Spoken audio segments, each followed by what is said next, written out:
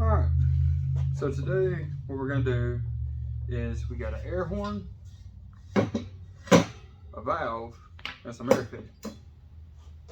And usually if you can buy the kits where it comes with the air tank, the compressor, everything like that. Luckily, two of my vehicles already have air ride. So I got the tank, I got the compressor, all the air lines, all that. So what we're going to do is we're going to take all these fittings, put them together, run the air line from the valve right here, which you run a switch to it, electrical, hit the button, it releases or pulls the diaphragm up, releases the air through it, which in return will go to the air horn, come out the other end, make that loud 18-wheeler horn noise. I've got a few other horns and everything. This is one of them that I wanted to use. Actually, might actually use my other horn. I don't know if this is the bad one or not. There's one of them that's froze up on the inside. I can't remember. I know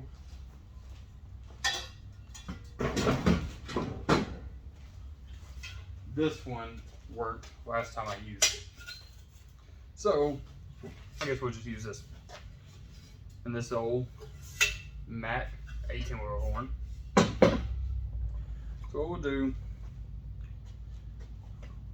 put a little thread sealer on here, on the threads of the air fittings.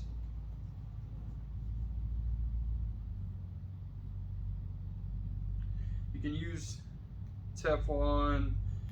Honestly, I usually use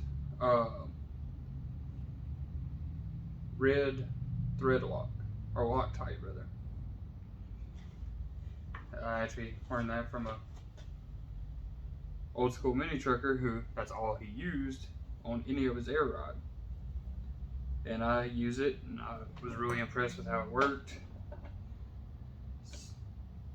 You gotta be careful to not make a mess with it, but it works better than Teflon to me. And if you don't know what Teflon is, it's this white tape that ends up shredding off when you're tearing and all of that. But alright, so I ended up putting my fitting on here, and I'll move this a little bit closer so you can see more of what I'm doing. Sorry about the messy shop. I actually work in my shop.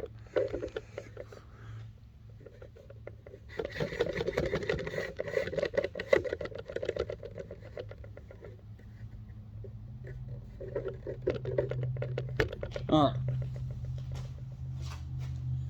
so I got my air fitting in on the horn side. So now, which this one already has a fitting in, I'm not going to take it out. It was already there from when I pulled it off, updating the air ride on my 64. So there's an arrow on these valves showing which way the flow is. So with the arrow pointing this way, that means air from the tank goes in here, comes out of this air line, then goes to the horn. So what I'm going to do, I'm just going to step it down with a couple of these air fittings because I don't have too many small air fittings.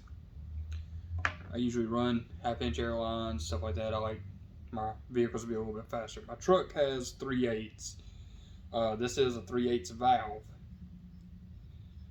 but we're reducing it down to, I want to say, 1/4 inch or 1/8 inch, possibly. Can't remember. It's a lot smaller though. I think it's 1/8 inch.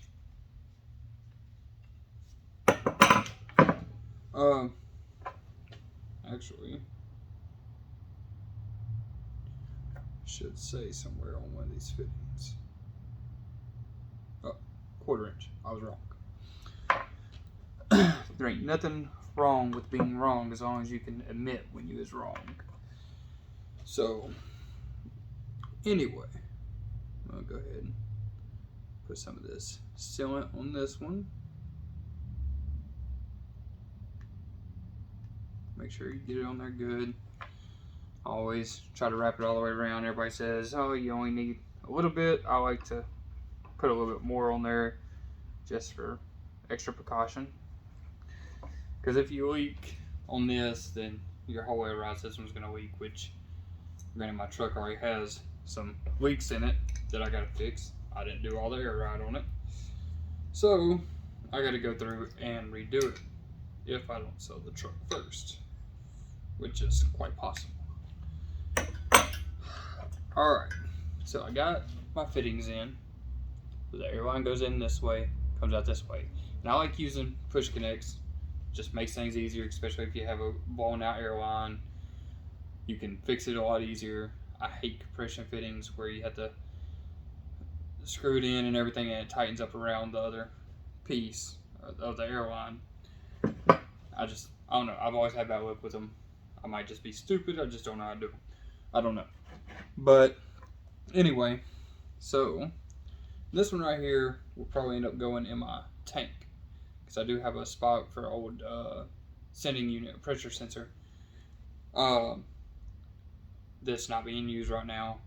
So I can actually probably put this in its place and run the airline out of the tank up to the valve and over to the horn.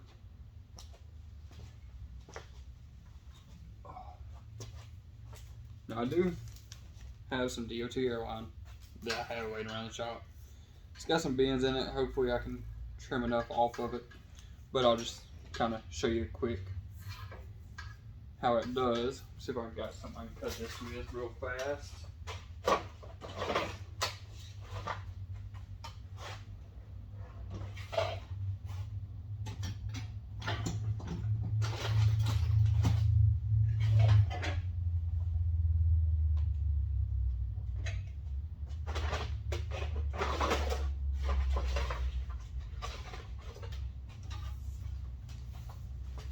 Okay, so I don't look like I have anything right now. I don't know where all my razor blades went. Probably in the trash. Anyway, take the airline, slide it in here, and push connect. So you push it in, it connects. Pretty simple. Can't pull it out unless you push in and then pull out. So with this one, just like that. And I had a little bit of that sealing on me. So now my hands are all nice and white. But if you don't want your hands to get dirty, you might not want to work on a vehicle. Alright, so all it'll be, I gotta mount this valve on the back side of the truck somewhere. I just still haven't found a good spot that I want to mount it. And then you mount the horn. It has two mounting bolts right here. Usually they have one, something like the other one does, to where it comes off, you can mount it right there too. This one I might have to make some sort of mounting bracket for it or something. But when we do that, I'll make another video showing how to mount it in the car, how to run the wires, the types of switches you can use. There's a lot of different switches. I've got some switches in my truck that came in the truck that I'm going to use. Obviously, I'm not going to spend more money on something if I already have it. That's just stupid of me. So they're little circle switches. You just push the button and they pop back up when you let off the button. Great for air ride, great for window switches, whatever. They're momentary switches. So I'm going to use those. They're really small. I can mount them wherever I want to. You know, I can put them on my center console where I can just hit the button or put it on the dash, whatever. Now another one you could use is what looks like your normal toggle switch that has a little like light switch type deal where you can flick it up, but you have to pull it back down, put it right position, all that. I don't really like using those for stuff like this. It's not a good idea because, I mean, if it gets stuck, it's stuck. But something like what I'm going to use should do pretty good. The main reason I'm doing this, I've had trucks with air horns on them before, loved it. You know, you want to move an 18-wheeler out your way, all you got to do is hit the horn. I don't suggest doing that. They do get mad.